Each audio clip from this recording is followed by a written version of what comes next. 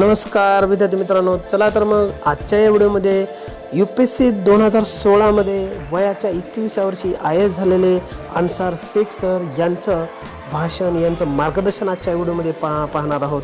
या कार्यक्रमाला असे तुफान विद्यार्थ्यांची गर्दी होती। दयानंद सभागृह खचाखच भरलेला होता। हा सभागृहामध्ये जेवढे विद्यार्थी आहेत तेवढेच बाहेरही विद्यार्थी जागा मिळेल तिथे उभं राहून हे भाषण यांचं ऐकत होते, कारण त्यांचा संघर्ष, त्यांचं कर्तृत्व आणि त्यांची मेहनत आज रंग आणलेली होती। ते UPSCमध्ये उत्तीर्ण होऊन IAS झालेले होते।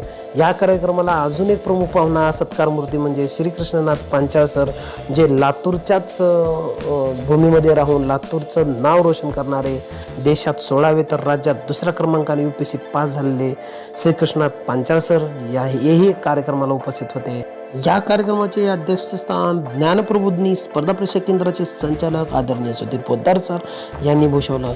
या कार्यक्रमाला प्रमुख उपस्थिती व प्रमुख पाहुणे म्हणून सुधाकर तेलंग सर, शालेय शिक्षण संचालक, तसंच सर्व ज्ञानप्रबोधिनी परिवार या ठिकाणी उपस्थित होता। खरंच हा दिवस, हा सोहळा डोळे दिपून टाकणारा होता। तर या सोहळ्याची क्षणचित्र, या सोहळ्याचं अन्सार शेख सरांचं भाषण मी तुमच्याशी शेअर करत आहे। असेच नवीन व्हिडिओ पाहण्यासाठी माझं चॅनेल लाईक, सबस्क्राईब आणि शेअर नक्की करा। सर्व मुलांना हा पाठवा। धन्यवाद।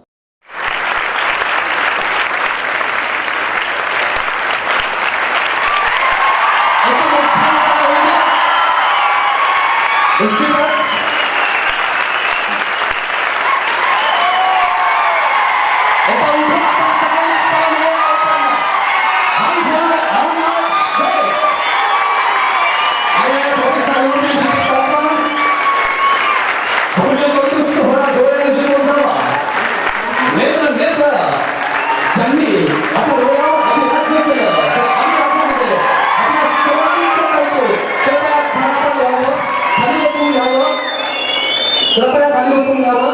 लाख लाख डोळ्यामध्ये राज्य केलंय, प्रत्यक्ष त्यांची वाणी ऐकू। Shaikh sir, thank you very much. सगळ्यांचा खूप आभारी आहे। माझे खूप प्रोग्राम सुरू आहे। आता मी उदगीरचाच प्रोग्राम करून आलो।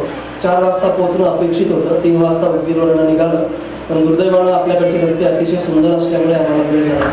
त्याबद्दल मी दिलगिरी व्यक्त करतो। माझी उत्तर जालना जिल्ह्यामध्ये होती, दुष्काळ होता आणि मला पैशांची गरज होती आणि माझ्याकडे ते पैसे नव्हते। मला पुस्तकं घेणं गरजेची होती। 10-12 हजार रुपयांचा खर्च त्याच्यासाठी होता। त्यामुळे मी ठरवलं की मी पुण्यामध्ये राहून जॉब वगैरे करणार। मला एका NDAच्या कोचिंग क्लासमध्ये एक असिस्टंट म्हणून मी तिथं कामाला लागलो। एक 7-8 किलोमीटर माझ्या रूमवरनं, माझ्या हॉस्टेलवरनं ते ठिकाण होतं। सायकलीवर चालून जायचं, परत यायचं, 8 तास काम करायचं। 8,000 रुपये पर मंथ मला त्याच्यात मिळायचे आणि 16,000 रुपये माझ्याकडे जमा झाले होते। सगळा खर्च जवळ 10-11 हजार उरले आणि त्या 10-11 हजार रुपयामध्ये मी पुस्तकं खरेदी केली। हा किस्सा सांगण्याचा उद्देश असा, मी किती हार्डवर्क केले त्याच्याबद्दल मी बोलणार, पण त्या ज्या क्लासमध्ये मी होतो तिथं एक रिक्षा चालकाचा मुलगा यायचा आणि त्या रिक्षा चालकाचा युनिफॉर्म वगैरे बघून मला माझ्या वडिलांची आठवण व्हायची, कारण माझी वडील रिक्षा चालवतात। सो एक स्वाभाविक आपुलकी होती आणि किस्सा खूप इंटरेस्टिंग आहे की ते असं म्हणायचे की ती भविष्य बघू शकतात। आणि मग त्यांनी माझा हात पुढे घेतला आणि त्यांनीच मला विचारलं की तुला काय करायचं, आणि मला IAS ऑफिसर व्हायचं, UPSC करायची। मग त्यांनी माझा हात बघितला, मी विश्वास ठेवत नाही पण आता ते फोर्स करत होते म्हणून मी हात दाखवला आणि ते म्हणाले की क्लास 1 पोस्ट नाही मिळणार तुला। आज अर्थात ते खोटे ठरलेले आहे। भविष्य वगैरे सारख्या गोष्टी काही खऱ्या नसतात। लग्न नावाची गोष्टी अस्तित्वात नसते। गालिब ने जसं म्हटलंय की हाथों की लकीरों पर बच जाए गालिब, नसीब तो उनके भी होते हैं जिनके हाथ नहीं है।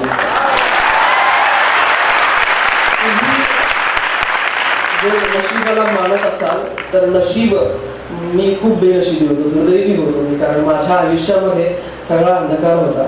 आमच्या मुक्काम पोस्ट सेलगाव, तालुका बदनापूर, जिल्हा जालन्याच्या झोपडपट्टीमध्ये माझा जन्म झाला। माझ्या आधी माझ्या 2 बहिणी होत्या, 3 नंबरला मी, 4था माझा भाऊ छोटा आहे, माझ्यापेक्षा खूप मोठा आहे। असे आम्ही 4 भावंड होतो। घरामध्ये अतिशय अंधकार होता। वडील रिक्षा चालवायचे, त्याचबरोबर त्यांना दारूची वगैरे व्यसन असल्यामुळे घरी खूप कौटुंबिक हिंसाचार व्हायचा, एवढा की आमच्या पॅन्टी ओल्या व्हायच्या त्या बघूनच खूप हिंसाचार व्हायचा आमच्यासोबत। वडिलांना दारूचं व्यसन, त्याचबरोबर दोघा बहिणींची खूप लवकर लग्न लावून देण्यात आली। ती 14-15 वर्षाच्या त्या होत्या, त्यामुळे बालविवाह आणि कौटुंबिक हिंसाचार हे देणगीच मिळालेली होती आम्हाला। म्हणजे त्याच्याबरोबर शिक्षणाचं अजिबात वातावरण नव्हतं, कारण आई कधीच शाळेत गेली नव्हती, वडील काही दिवस शाळेत गेलेले होते, त्यामुळे शिक्षणाचंही फारसं काही वातावरण नव्हतं. खूप प्रचंड गरिबी होती. कधी कधी 1-2 वेळेचं मला खायलाही मिळायचं नाही, उपाशी राहावं लागायचं. अशा एकंदरीतच अंधकारमय परिस्थिती होती. एक तर एका पर्टिक्युलर कम्युनिटीमध्ये जन्मणं, जी मागास म्हणून ओळखली जाते तुमच्या रिपोर्टनुसार, एक मराठवाड्यासारख्या मागास रिजनमध्ये राहणं आणि त्यातही BPL फॅमिली म्हणून जगणं, असं काहीतरी तिहेरी सीमांतीकरण माझ्या वाट्याला आलेलं होतं. सगळीकडे अंधकार, समाजामध्ये घरामध्ये कुठे रिस्पेक्ट नव्हती, कुठे जेवायला व्यवस्थित नसायचं, अशी अंधकारच होता. पण त्या अंधकारामध्ये मला प्रकाशाचा एक किरण दिसत होता आणि तो किरण म्हणजे शिक्षण, तो किरण म्हणजे माझी शाळा. आमच्या गावातली जिल्हा परिषदेची शाळा होती. माझी मराठी खूप चांगली होती, त्यामुळे मी खूप लवकर ॲडजस्ट झालो, कारण बऱ्याचदा आमच्या घरामध्ये उर्दू किंवा हिंदी बोललं जातं आणि मी मराठी शाळेत होतो. मराठी भाषेशी मी जुळून घेतलो. 4थीला असताना आज जो छत्रपती शिवाजी महाराजांचा जो इतिहास शिकवला जातो तो माझा तोंडपाठ होता. मी शिक्षकांशी चर्चा करायचो, वर्गामध्ये उत्तरं द्यायचो, शिक्षकांशी भांडायचो. त्यामुळे एकंदरीत शिक्षकांचा जो आवडीचा विद्यार्थी होतो त्या पॅटर्नमध्ये मी बसणारा होतो. 4थीला असताना माझ्या वडिलांना असं सांगण्यात आलं की शिकून याला कुठं नोकरी लागणार आहे, त्यामुळे याला काहीतरी काम धंदा लावून द्या, पुढे चालून याला रिक्षा खरेदी करून द्या. माझ्या वडिलांनी ऐकलं. माझे वडील शाळेत माझी TC काढण्यासाठी आले आणि पडुळकर सर नावाचे आमचे 4थीचे मुख्याध्यापक होते आणि त्यांनी माझ्या वडिलांना सांगितलं की हा मुलगा खूप हुशार आहे, ब्रिलियंट आहे, तुम्ही त्याला पुढे शिकवा, ही तुमची परिस्थिती बदलून टाकेल. माझे वडील अशिक्षित आहे, अडाणी आहेत आणि अडाणी लोकांचं वैशिष्ट्य म्हणजे ज्यावेळेस कुणीतरी शिकलेला माणूस त्यांना काहीतरी सांगतो त्यावेळेस ते लवकर कन्व्हिन्स होतात आणि ते कन्व्हिन्स झाले. त्यांनी ठरवलं की याला मी आता पुढे शिकवणार. पण बाकींच्या भावंडांचं तसं नव्हतं. छोट्या भावाला शिक्षणामध्ये इंटरेस्ट नव्हता, मराठीसोबत ॲडजस्ट व्हायला प्रॉब्लेम होता आणि शिक्षणामध्ये तसा इंटरेस्ट नव्हता. म्हणून वयाच्या 14व्या वर्षी त्यांनी शिक्षण सोडलं. आमचे मामा आमच्या भोकरदन तालुका आहे जालन्यामध्ये, तिथे एक त्यांचं ग्रोसरीचं शॉप आहे, तिथे तो वयाच्या 14व्या वर्षी कामाला निघून गेला आणि माझं शिक्षण सुरू होतं. आपल्याकडे जनरली जिल्हा परिषदेच्या शाळेमध्ये काय परिस्थिती असते सांगायची गरज नाही, पण माझ्या सुदैवाने मला खूप चांगले टीचर्स मिळालेले होते, त्यामुळे मी खूप आनंदाने माझं शाळेत शिक्षण होतं. जसं मी सांगितलं की मी घरापेक्षाही शाळेत जास्त असायचो. मला पुस्तकं खूप आवडायची, आमची शिक्षकं खूप आवडायची, त्यामुळे मी त्यांच्यात राहायचो. मग कधी कधी आमच्या शिक्षकांचा डब्बा खायला मिळायचा, कधी कधी थोडेफार ते पैसे द्यायचे. माझं मराठी बोलणं खूप चांगलं होतं, मी चांगल्या प्रकारे भाषण करू शकायचं. त्यामुळे जेव्हा कधी जयंत्या पुण्य तिथे असायच्या त्यावेळेस मी बरं शाळेमध्ये भाषण करायचो, मग त्याचा प्राईज मला मिळायचं, मग त्याच्यावर माझा पॉकेट मनी व्हायचा. अशा प्रकारे माझं शिक्षण सुरू होतं. खूप चांगली मित्रमैत्रिणी मला माझ्या शाळेमध्ये मिळाले होते. खूप आनंदाचं वातावरण शाळेमध्ये असायचं, त्यामुळे शाळेमध्ये जावं वाटायचं. माझ्या घरच्यांनी मला सपोर्ट केला, तरी देखील गरिबी माझ्या वाट्याला अडथळा म्हणून येतच होती. 9वीपर्यंत मी एकाच नोटबुकमध्ये सगळे विषय लिहायचो आणि त्यात माझं हँडरायटिंग पण खूप विचित्र होतं. जनरली मुलांचं हँडरायटिंग वाईट असतं, तसं माझं हँडरायटिंग वाईट होतं. 9वीपर्यंत एकाच वहीत लिहावं लागायचं. कधी कधी शाळेचा युनिफॉर्म फाटलेला असायचा. त्यावेळेस आमच्या शाळेचं वैशिष्ट्य म्हणजे किती हुशार असला, किती स्टार असला, मी खूप स्टार होतो, 6वीपासूनच स्टार होतो मी आमच्या शाळेचा, कारण परिपाठ असायचा सकाळी असेंब्ली आणि त्यामध्ये शेवटी एक क्वीज असायची आणि क्वीजमध्ये प्रश्न विचारला जायचा आणि माझं ते 5 रुपयाचं जनरल नॉलेजचं पुस्तक पाठ झालेलं होतं आणि त्याच्या पलीकडचं काही यायचं नाही. मग दररोज मीच जवळ उत्तर द्यायचं, त्यामुळे सगळ्यांच्या ओळखीचा होतो, भाषण करायचं त्यामुळे ओळखीचा होतो. असं असल्यामुळे सगळ्याजवळ मार खायची, मला भीती वाटायची, लाजही वाटायची. मग मी गणवेश घातलेला नसायचा, त्यावेळेस मी रंगीत ड्रेस घालायचो. 10:30पर्यंत असेंब्ली चालायची. असेंब्ली झाली की मारहाणीचा कार्यक्रम सुरू व्हायचा. तो कार्यक्रम मी आमच्या कुंपणावरून शाळेच्या भिंतीवरून डोकावून बघायचो. तो कार्यक्रम संपला आणि सगळे वर्गात गेले की मग मी लपून वर्गात जाऊन बसायचो. मला नॉनव्हेज आवडायचं. मग आमच्या शाळेच्या खिचडीमध्ये आळ्या वगैरे सापडायच्या, त्यांना नॉनव्हेज खाऊन खायचं. अशा प्रकारची ही परिस्थिती होती. पण खूप चांगले शिक्षक मिळाले, खूप चांगल्या प्रकारचं शिक्षण झालं माझं. 10वीला छान मार्क्सही मिळाले आणि मग पुढे प्रश्न होता की आता काय करायचं. दरम्यानच्या काळामध्ये माझ्या आईला खूप मारहाण झाली, तिच्या डोक्यावर परिणाम झाला. 1 वर्ष ती मेंटली रिटायर्ड होती, मनोरुग्ण होती, हॉस्पिटलमध्ये ॲडमिट होती. आम्हाला उदरनिर्वाहाचं साधन नसल्यामुळे आमच्या वडिलांना 3रं लग्न दुर्दैवानं करावं लागलं. आधीच लग्न झालेलं तर डिवोर्स झाला होता, सेकंड मी होतो, आम्ही होतो आणि थर्ड एक नवीन लग्न करावं लागलं. त्यामुळे 2 आया आणि त्यांच्यामध्ये मी, असा आमचा भुगा होता सगळ्यांचा. आणि त्याच्यामध्ये मग 10वी झाली आणि मग ठरवलं की आता काय करायचं. सायन्स तर मॅथ्स तर आवडत नव्हतं, कारण x² y² एखाद्या सर्वसामान्य माणसाने आपल्या जीवनामध्ये का करावं या प्रश्नाचं उत्तर मला आजही मिळालेलं नव्हतं. किंवा ह्या रसायनामध्ये ते टाका म्हणजे 3रं तयार होतं, ते पण मी का करावं हेही मला पटत नव्हतं. त्यामुळे मॅथ्स आणि सायन्समध्ये मला इंटरेस्ट नव्हता. आर्ट्स मला बऱ्यापैकी वाटत होतं. त्याचं दुसरं कारण असं होतं की ह्युमॅनिटीज आवडायच्या.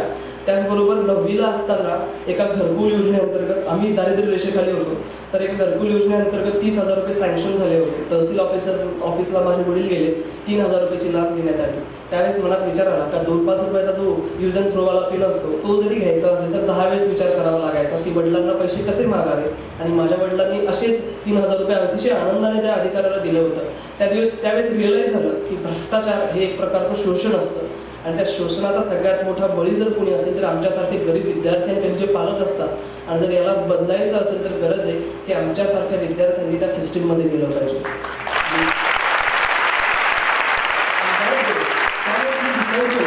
की मी आता त्या अधिकाऱ्यापेक्षा मोठा अधिकारी होणार. पण तो मोठा अधिकारी व्हायचं कसं हे मला माहीत नव्हतं. 10वी पर्यंत मला असं वाटायचं की जो कलेक्टर असतो त्याची बहुतेक निवडणूक होत असावी. कारण कलेक्टर म्हणजे खूप मोठी गोष्ट अशी कानावर पडायची. काय असतं माहीत नव्हतं. पण आता मोठे म्हटल्यानंतर पैसा लागणार आणि पैसा आणि राजकारणाचा जवळचा संबंध असतो. त्यामुळे मला असं वाटायचं की मे बी निवडणूक होत असावी, आपली बसकी बात नाही असं मला वाटायचं. 10वीचे आमचे मापारी सर म्हणून आता शिक्षण अधिकारी आहेत जालन्याला, ते MPSC through block education officer झाले होते आणि ते अधिकारी झाले होते. त्यामुळे मी सरांकडे गेलो आणि सरांना म्हटलं सर मला पण तुमच्यासारखा अधिकारी व्हायचं आहे, मी काय करू. मग त्यांनी मला आर्ट्स घेण्याचा सल्ला दिला. कारण सब्जेक्ट्स ओव्हरलॅपिंग असतात, सिलेबस ओव्हरलॅपिंग असतो आणि फारसा वेळ लागत नाही. म्हणजे वयाच्या 21व्या वर्षीपर्यंत होता येऊ शकतं. मग मी आपला जो कॉमन प्रश्न असतो ग्रामीण भागातल्या विद्यार्थ्यांना, आपण जास्त मॅच्युअर नसतो त्यामुळे आपण काही विचारतो. मी पण विचारलं आणि मला आजही लोक विचारतात की सर इंटरव्ह्यूला किती पैसे भरले होते. मी हा प्रश्न त्यांना विचारला. असं म्हटलं असं काही नसतं, तो काळ बदलला आहे. आता तुमच्या टॅलेंटवर, तुमच्या विचारावर सगळ्या गोष्टी अवलंबून असतात. त्यावेळेस मी खूप आनंदी झालो. कारण माझी एवढी वाईट परिस्थिती होती की इंटरव्ह्यूमध्ये जर त्यांनी दिले असते तर त्यांच्याकडूनच मी पैसे घेतले असते. एवढी वाईट परिस्थिती होती. त्यामुळे मी खूप आनंदी झालो की चला पैसे भरावे लागणार नाही आहे. 500 रुपयामध्ये माझ्या 11वी आणि 500 रुपयामध्ये 12वीचं ॲडमिशन झालं बद्रीनारायण बारवाले कॉलेज जालन्यामध्ये. पहिल्यांदा संस्कृतसारखा विषय घेतला कारण लँग्वेज शिकायलाही आवडायचा आणि स्कोरिंग सब्जेक्टही होता. कारण मला 11वीला गेल्यानंतर आमच्या एका शिक्षकांनी सांगितलं की कलेक्टरची निवडणूक होत नसते, तो परीक्षेतून निवडला जातो. आणि मग मला UPSC बद्दल कळलं आणि मी डिसाईड केलं की मला UPSC करायचं. मग मी खूप उतावीळ झालो आणि सर म्हणलं सर मला आत्ताच तयारी सुरू करायची. सर म्हणजे आत्ता नको, 12वी नंतर तयारी सुरू कर, तोपर्यंत इथे चांगला अभ्यास कर. अभ्यास केल्यानंतर पुण्याच्या फर्ग्युसन कॉलेजमध्ये ॲडमिशन घे. तिथे चांगले तुला मित्रपरिवार लाभेल, वातावरण आहे, त्यामुळे तिथं तू चांगल्या प्रकारे करू शकशील. आणि देन मग मी म्हटलं की चला आता आपल्याला फर्ग्युसनमध्ये ॲडमिशन घ्यायचं आहे म्हणून 12वीचा अभ्यास केला. खूप भयानक मेहनत घेतली. 10वीला खूप कमी अभ्यास केला होता, प्रचंड मेहनत घेतली. 10वीचा छान रिझल्ट आला. मध्यंतरीच्या काळात कॉलेजही खूप गाजवलेलं होतं, कॉलेजचाही स्टार्ट होता.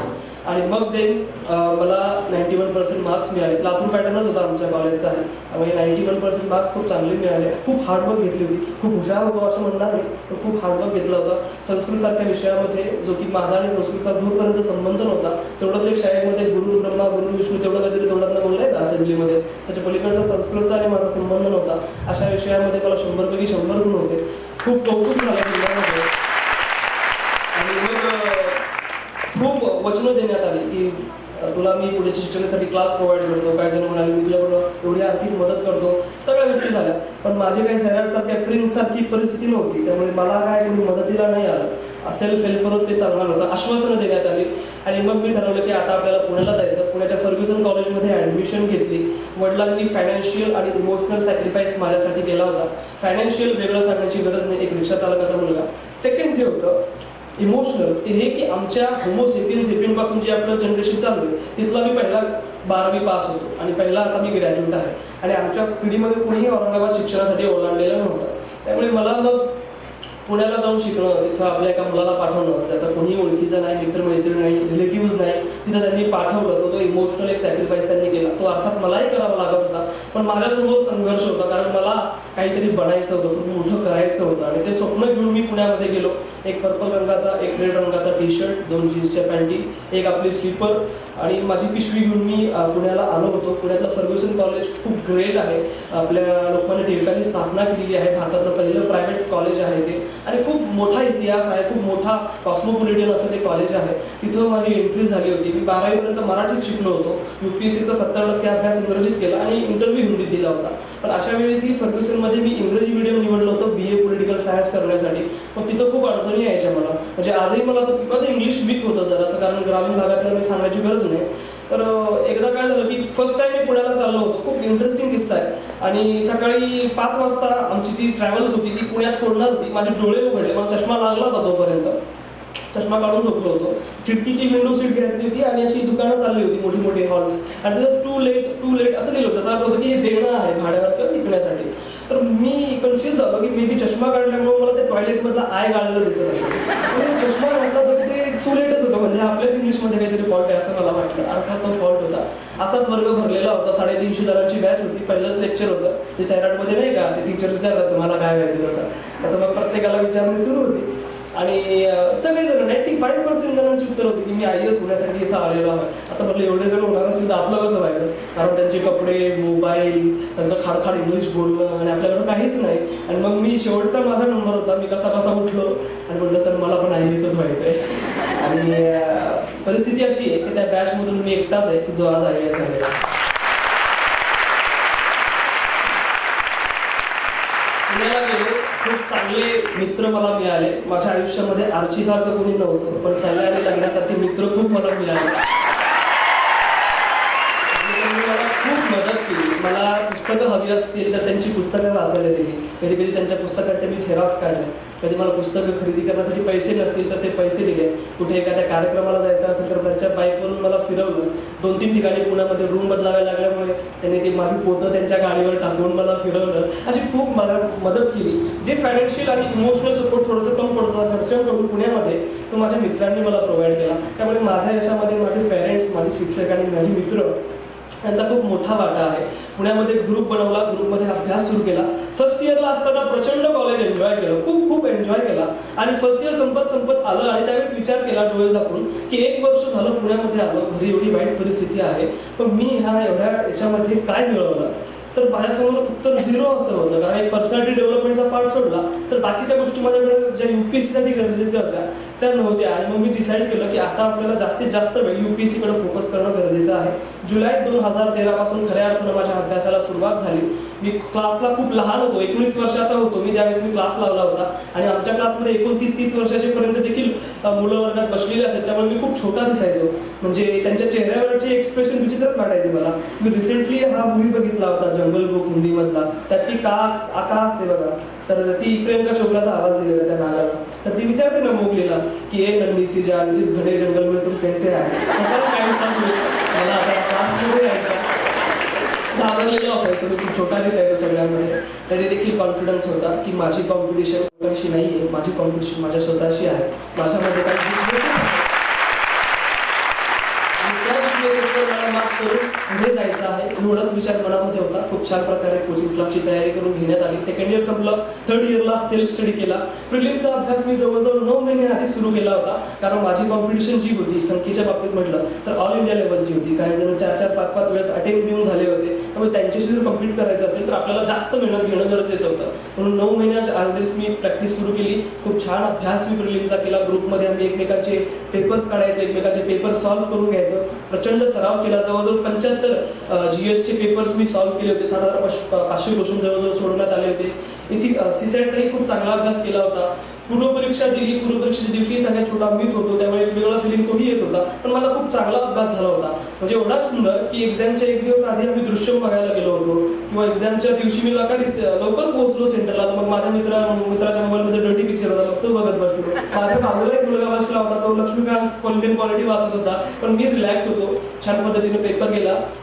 पूर्वपरीक्षेचा निकाल ऑक्टोबरमध्ये लागला मला वाटतं. माझ्या मित्रानं मला ती बातमी कळवली आणि मी खूप आनंदी झालो. त्याचं रिझन असं होतं की एक तर घरची खूप गरिबी होती. जर मी फेल झालो असतो तर मला पुन्हा एकदा 1 वर्ष त्या परीक्षेमध्ये गुंतवावं लागलं असतं, जे की मला अफोर्डेबल नव्हतं पुण्यासारख्या ठिकाणी.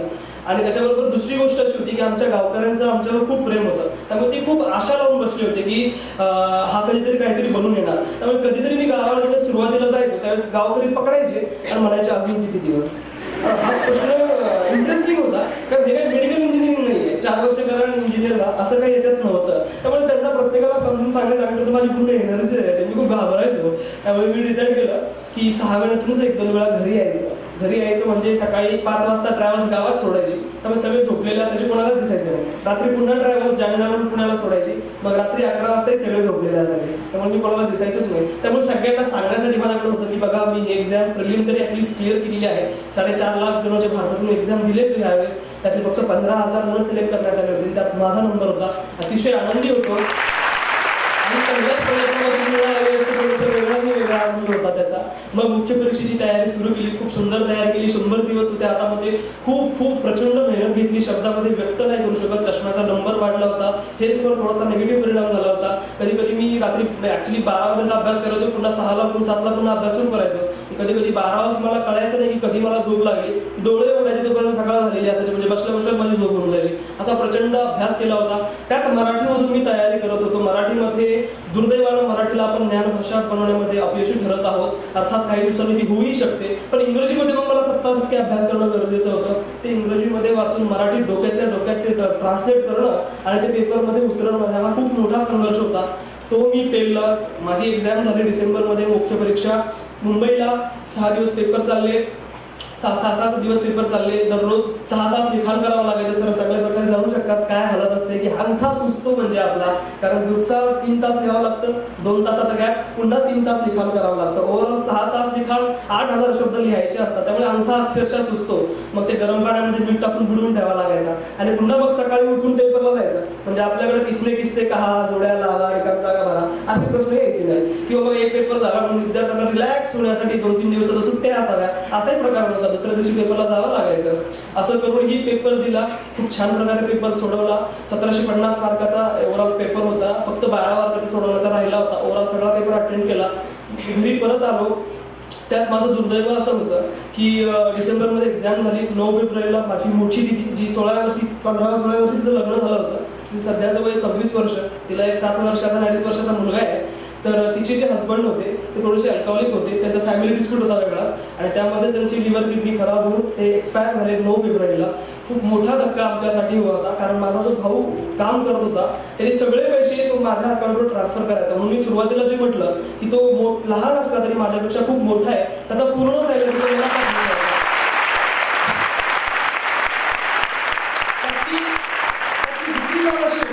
घरी कमावतो कोणी नव्हतं. एवढे रिक्षा चालवायचे, रिक्षाचे पैसे त्यांना घरीच घर खर्चाला लागायचे. सेव्हिंग असंच काही नव्हतं. मग दिदीचं असं कसं होणार, कोण सांभाळणार? खूप मोठं संकट कोसळलं होतं. मी 3 दिवस तिथं होतो. माझ्या दिदीनेच मला प्रेरणा दिली की ही सेकंड लेवल देखील तू क्लिअर होणार आहे, तू पुण्याला जा, तुझी पुढची तयारी सुरू ठेव. मी तिचं ऐकलं. 3 दिवसानंतर मी पुण्याला आलो. 19 फेब्रुवारीचे दिवस कधीच विसरू शकत नाही 2 कारणासाठी. एक, शिवजयंती होती, आणि दुसरी गोष्ट, त्या शिवजयंतीच्या दिवशी मला खूप मोठं गिफ्ट मिळालं होतं. मला त्याच माझ्या मित्राने कॉल करून कळवलं की अन्सर कॉंग्रॅच्युलेशन्स, मी पास झालेला आहे.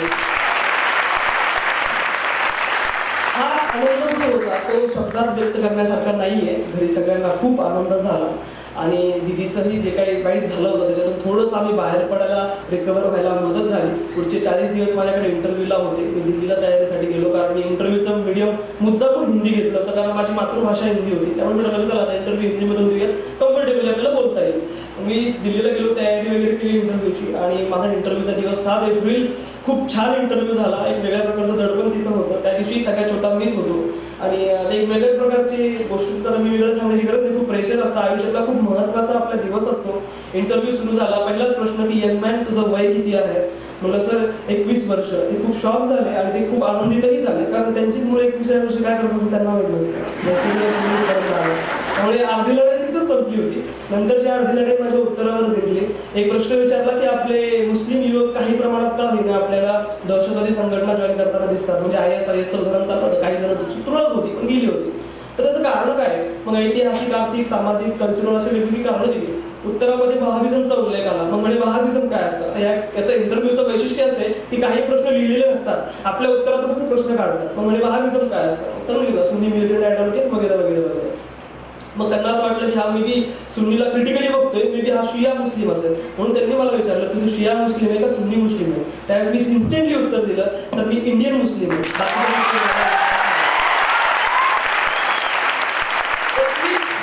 21 वर्षाच्या मुलाकडून अपेक्षितच नव्हतं. त्यामुळे ती लोक खूप आनंदी झाली. नंतर मला त्यांनी विचारलं की तुला 10वीला जास्त मार्क होते, 12वीला कमी होते. 12वीला जास्त होते, 10वीला कमी होते, का कमी होते? मग सांगितलं सर की विषय आवडायचे नाही, काही प्रमाणात मॅथ सायन्सचे टीचर्स एवढे खास नव्हते, अशा सगळ्या गोष्टी सांगितल्या. 12वीला उलट होतं म्हटलं, आणि स्कोरिंग सब्जेक्ट होता संस्कृत, 100 पडले होते, ते सांगितलं ते. मग ते शेवटचा राऊंड आला, आणि मग मला चेअरपर्सनने विचारलं की आन्सर तुझं संस्कृत होतं का? म्हणलं हो सर. अरे म्हणे माझंही होतं. म्हणे किती मार्क्स मिळाले होते? म्हटलं सर 100 पैकी 100. अरे म्हणे मलाही मिळाले होते. ते कसे मिळाले होते? म्हणलं सर रट्टा मारला होता, आमच्याकडे तेच चालतं. म्हणजे अरे मी पण रट्टाच मारला होता. मग म्हणे मला सांग, गच्छ जे आहे, सॉरी टू गो, याला काय म्हणतात संस्कृतमध्ये? मग मला ते माहित होतं, बुद्धम शरणम गच्छामी. म्हणलं सर गच्छ. मग म्हणे त्याचे वर्तमान भविष्यकाळ आणि भूतकाळ सांग म्हणून रट्टा मारलो त्यामुळे काहीच आठवत नाही. पण म्हटलं जर गच्छामी आठवतं, ते म्हणले काय अर्थ होतो, त्याचा अर्थ करून मी जातो. मग ते म्हणजे एखादा श्लोक आठवतो का, म्हटलं हो सर आठवतो, सांगू का, नाही म्हणे ठीक आहे, आता कळलं या श्लोक कशाला विचारायचं, ठीक आहे. आणि मग ते शेवटी म्हटले की अन्सार तुझा इंटरव्ह्यू झाला आहे आणि तुझ्या पुढच्या वाटचालीसाठी आम्ही तुला खूप खूप शुभेच्छा देतो. आता म्हटल्यानंतर प्रोटोकॉल असा असतो की आपण थँक्यू सर म्हणायचं, हॅव अ नाईस डे म्हणायचं आणि उठून आपलं निघायचं. पण मी त्यांच्याकडे हसत हसत बघतोय. मग बाजूचा मेंबर म्हटला अन्सार नाव गच्छामी गच्छामी. खूप मोठा जग झाला. इंटरव्ह्यू मध्ये मला खूप चांगले गुण त्या लोकांनी दिले. 199 मार्क्स, मला 275 पैकी मिळाले. आता या रिझल्टची वाट बघणं सुरू झालं होतं. कारण माझ्या आयुष्यासाठी मी ईश्वराला प्रार्थना करत होतो की शेवटचा येऊ दे त्या लिस्टमध्ये, पण येऊ दे, कारण माझ्याकडं पुन्हा तयारी करण्यासाठी रिसोर्सेसही नव्हते आणि माझी तशी मानसिकताही नव्हती. खूप खचलो होतो मी, खूप परिश्रम 3 वर्ष घेतले होते. त्यामुळे रिझल्टची खूप वाट बघत होतो. आता याच्यामध्ये काय रिझल्टची डेट देत नसतात, कधी अनुभव पडत असतो. त्यामुळे तो बॉम्ब 9 किंवा 10 तारखेला पडणार अशी आमची चर्चा सुरू होती. 9 तारखेला मी सायबर कॅफेला सकाळी 10 ते 4 वाजेपर्यंत बसलो. रिझल्ट काही लागला नाही, जेवलोही नव्हतो. आता म्हटलं चला इथं निघूयात, थोडंसं काहीतरी खाऊन झोपूयात, कारण उद्या 100% लागणार. मग मी गेलो, झोप काही आली नाही, व्यवस्थित जेवणही झालं नाही. रात्रभर मी जागा होतो, उत्साही होतो आणि थोडीशी एन्झायटी होती, भीतीही होती. सकाळी 6ला झोपलो उठण्याचा प्रयत्न विशेष नाही. सकाळी 6ला रेडी झालो. 10 वाजता पुन्हा त्या सायबर कॅफेमध्ये जाऊन बसलो. 10 ते 4 वाजेपर्यंत वाट बघितली, रिझल्ट काही लागला नाही. एक मिनिट माझ्यासाठी इनटॉलरेबल होता. मी सहन करू शकत होतो, मला ताप चढायला लागलो, माझ्या डोळ्यातून आपोआप पाणी निघायला सुरुवात झाली होती. हार्टबीट्स माझ्या वाढल्या होत्या, पण रिझल्ट काही लागला नाही. 4 वाजले, झोप यायला सुरुवात झाली होती. काही खाल्लेलं नव्हतं जास्त. म्हटलं आता जाऊन झोपतो. गेलं सगळं गड्ड्यात. लागला तर सांगेल एखादा मित्र. जाऊन 5च मिनिटं चालत गेलो आणि तेवढ्यात त्याच मित्राचा कॉल आला, सर कॉंग्रॅच्युलेशन्स, तू पास झालेला आहे. 361 रँक मिळालेला आहे. खूप मोठी गोष्ट होती माझ्यासाठी. म्हणजे मी शेवटचं तरी रिव्ह्यू होते असं म्हणत होतो. मला 361 रँक मिळाला होता. पहिल्या प्रयत्नामध्ये मी ही गोष्ट साध्य केली होती. त्यामुळे मी खूप आनंदी होतो. घरच्यांना सगळ्यांना सांगितलं. वडिलांना पहिला कॉल केला त्यावेळेस देखील माझे वडील रिक्षात चालवत होते आणि त्यांना म्हटलं की अब्बा मी कलेक्टर बन गया. तर म्हणले काय, मला ऐकायला येत तुम्ही नंतर बोलतो. आणि म्हटलं एवढा महत्वाचं दिवस आजही तर नाही. नंतर आईला सांगितलं, सगळेजण खूप आनंदी झाले. आणि मग बाकीचे तुम्हाला माहिती आहे, लाईट्स, कॅमेरा, ॲक्शन, मीडिया वगैरे वगैरे वगैरे एकदम स्टारचं लाईफ मिळालं. लाईफ 360च्या अँगलमध्ये बदललं. तरी माझे पाय जमिनीवरच आहे. मी हा निर्धार घेतलेला आहे की जे आयडियल माझ्यासमोर नव्हते, जे रोल मॉडेल म्हणून माझ्यासमोर कोणी नव्हतं, जो आयकॉन म्हणून माझ्यासमोर नव्हतं, तो जर माझ्यामध्ये काही मला दिसत असेल तर मी त्यांच्यापर्यंत जाऊन माझे अनुभव मांडावे आणि आपल्या विद्यार्थ्यांमध्ये काही प्रकारचे मिक्स असतात, काही प्रकारचे आपल्या गृहीतकं असतात चुकीचे, ते मोडण्याचा प्रयत्न करावा. पहिली गोष्ट ही की प्रिन्स दादासारखंच मोठा असावं अशी काही गरज नाहीये. आपण सर्वसामान्य कुटुंबामधून येऊन देखील ही परीक्षा पास करू शकतो, हे सिद्ध करण्याचा मी प्रयत्न केलेला आहे. खूप पैसा पाहिजे असतो असंही काही नाही. माझ्याकडे तो पैसा कधीच नव्हता. जसं मी सांगितलं की इंटरव्ह्यूवाल्याकडून दिले असते तर मीच घेतले असते, एवढी माझी वाईट परिस्थिती होती. त्यामुळे फारशा पैशांचीही गरज नसते. तुम्ही एका पर्टिक्युलर समाजाचे आहात किंवा जाती धर्माचे आहात म्हणून तुमच्याकडे डिस्क्रिमिनेशन होतं असंही काही नव्हतं. इंटरव्ह्यूला 199 मार्क्स देण्यात आले होते. त्यामुळे हे जे काही मिथ्स आहे की ओळख लागते, पैसा लागतो, संपत्ती लागते, वडील चांगल्या घरचे असावे, सगळ्या गोष्टी चांगल्या चांगल्या एकदम चांगल्या असलं की होतं. म्हणजे कलेक्टरचा मुलगाच कलेक्टर व्हावा, हे जे काय आहे डॉक्टरचा मुलगा डॉक्टर, तसं आहे. तर तसं काहीही नसतं. ही परीक्षा तुमच्याकडून प्रचंड परिश्रमाची डिमांड करत असते. या परीक्षेत एक व्यवस्थित अप्रोच असतो. तो अप्रोच समोर ठेवून जर तुम्ही अभ्यास केला तर ज्या प्रकारे मी होऊ शकतो, तर मला नेहमी वाटतं की जर मी एवढ्या वाईट परिस्थितीतून येऊन जर करू शकतो तर जगातला कुठलाही व्यक्ती ही परीक्षा पास करू शकतो. पण त्याच्या काही गोष्टी गरजेच्या असतात. पहिली आणि सगळ्यात महत्त्वाची गोष्ट असते ती म्हणजे हार्डवर्क. प्रचंड मेहनत करावी लागते. म्हणजे 10, 12, 13 तास होईल तेवढा जास्त अभ्यास करणं गरजेचं असतं. तो अभ्यास जर तुम्ही करू शकता तर अर्थात तुम्हीही पास होऊ शकता. दुसरी गोष्ट, त्यासाठी खूप जास्त प्रमाणामध्ये आपल्याला फोकस देखील असला पाहिजे. म्हणजे मी बऱ्याचदा बघायचो की लायब्ररीमध्ये बसलाय किंवा बसली आहे पण डोळे आणि डोकं दुसरीकडे सुरू असायचं. म्हणजे एक शेर जे आहे की इधर चिलमन से हम झाके, उधर चिलमन से वो झाके, लगा दो आग चिलमन में ना हम झाके ना वो झाके.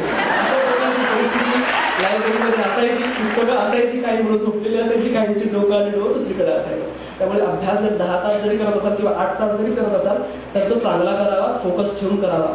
तिसरी महत्त्वाची गोष्ट, पॉझिटिव्ह ॲटिट्यूड असावा आपल्या लाईफमध्ये. माझ्या आयुष्यात सगळा अंधकार होता, त्यातला एक प्रकाशाचा किरण सापडला. त्या किरणाला धरून मी आज मला जी सूर्याची उपाधी देण्यात आलेली आहे तिथपर्यंत पोहोचलोय. त्यामुळे पॉझिटिव्ह ॲटिट्यूड असावा. निगेटिव्ह गोष्टी प्रत्येकाच्या आयुष्यात घडत असतात, माझ्याही आयुष्यात घडल्या, पण त्यातून आपण पॉझिटिव्ह एनर्जी घेऊन पुढे चालत जायचं असतं. आपल्यावर जर कोणी दगडं फेकले असेल तर ते दगडं उचलून त्यांना मारण्याऐवजी त्या दगडापासूनच आपल्याला आपलं घर बांधलं पाहिजे असं मला वाटतं. महत्त्वाचं अजून डेडिकेशन लागतं, खूप श्रद्धा असावी आपल्या अभ्यासावर. अभ्यास आहे का अभ्यास, सगळीकडे फक्त UPSC दिसावी. म्हणजे हॉटेलमध्ये चहा घ्यायला जरी गेला तर त्या चहाचं वैशिष्ट्य काय आहे, त्या पर्टिक्युलर रिझन मधलं अद्रक वगैरे टाकतात की नाही आलं वगैरे, किंवा तिथं कोणीतरी लहान मुलगा काम करतोय की नाही ते बघून बालमजुरी आठवली पाहिजे. सगळीकडे UPSC दिसलं पाहिजे असं मला म्हणायचं आहे. मी अशी ते माझ्या प्रायव्हेटमध्ये देखील UPSCच्या नोट्स लावून ठेवल्या होत्या, त्या वेळेही वाया जाणार नाही. मी चौथी रमजान ईद आहे पुण्यात गेल्यापासून फक्त 2दाच घरी हजर होतो आमच्या फॅमिलीसोबत ईद मनवण्यासाठी. बाकीच्या माझ्या रमजान तिकडं पुण्यामध्येच साजऱ्या झाल्या. तर मला अभ्यासाला लक्ष देणं गरजेचं होतं. माझ्या हेल्थवर खूप परिणाम झाला होता. 50 किलो होतो इथून गेलो त्यावेळेस, आता 51 किलो आहे. 4 वर्षात फक्त 1 किलोची कमाई केलेली आहे. मला असं वाटतं की या 1 महिन्यामध्ये ती पण जायची प्रवासामध्ये. तर फोकस लागतो, हार्डवर्क लागतं, डेडिकेशन लागतं, संयम लागतं. कारण मी आज तुमच्या समोर आहे वयाच्या 21व्या वर्षी झालोय, पण बरेचसे जण आहेत की ते वयाच्या 31व्या वर्षी झाले. मग तेवढे 6-7 अटेम्प्ट देण्यासाठी तुमच्याकडे पेशन्स असणं गरजेचं आहे. प्रत्येकालाच पहिल्या प्रयत्नात मिळेल किंवा मिळावंच असं काही नसतं. आपण आपले प्रयत्न करायचे असतात, आपण कर्म करायचं असतं, फळाची आशा करायची नसते. कर्म जर चांगलं केलं असेल तर फळ नक्कीच चांगलं मिळतं. त्यामुळे जास्तीत जास्त मेहनत घेणं गरजेचं आहे. आणि एक महत्त्वाची गोष्ट, बऱ्याचदा असा समज असतो की ही परीक्षेची तयारी करण्यासाठी पुणे किंवा मुंबई किंवा दिल्लीलाच गेलं पाहिजे. असं नाहीये. तुम्ही अमेरिकेत जरी UPSCचा क्लास लावला तर तुम्ही व्हाल याची गॅरंटी नाहीये. तुम्हाला ह्या गोष्टी करणं गरजेचं आहे. ह्या गोष्टी जर तुम्ही इथं लातूरमध्ये राहून करू शकत असाल तर तुम्हाला दुसरीकडे जाणे गरज नाहीये. माझ्या पुण्यामध्ये शिक्षणासाठी एक वेळ अशी होती की आमचं घरकुलमध्ये मिळालेलं घर पण आम्हाला विकावं लागलं होतं. खूप वाईट परिस्थिती होती. मला वाटतं ते चुकीचं होतं. आजही मी बघतो की शेती वगैरे विकून मुलं क्लास लावण्यासाठी पुण्याला किंवा दिल्लीला जात असतात. खूप विचित्र गोष्ट आहे. 4.5 लाख जणांची कॉम्पिटिशन असली, आपल्या मेहनत जर आपण इथं घेऊ शकत असेल तर आपल्याला दुसरीकडे जाण्याची गरज नाहीये. एवढंच मी या ठिकाणी सांगणार आहे. चिठ्ठ्याचा माहोल आहे सध्या. सैराट बघितला असेल तुम्ही, चिठ्ठी तुम्हाला आठवत असेल. माझ्या चिठ्ठीतल्या सगळ्या गोष्टी जवळजवळ संपत आलेल्या आहेत. पण हे सगळं मिळाल्यानंतर मला जो मेसेज मला तुम्हाला द्यायचा होता मला तो देऊन झालेला आहे. माझ्या भावना फक्त अशा आहेत की शाहरुख खानचा तुम्ही तो ओम शांती ओम बघितला असेल, त्यातला डायलॉग होता, त्याने मी शेवट करतो की इतनी शिद्दत से मैंने तुम्हें पाने की कोशिश की है कि हर जर्रे ने मुझे तुमसे मिलाने की साजिश की है. कहते हैं किसी भी चीज़ को अगर सच्चे दिल से चाहो तो सारी कायनात तुम्हें उससे मिलाने की कोशिश की है.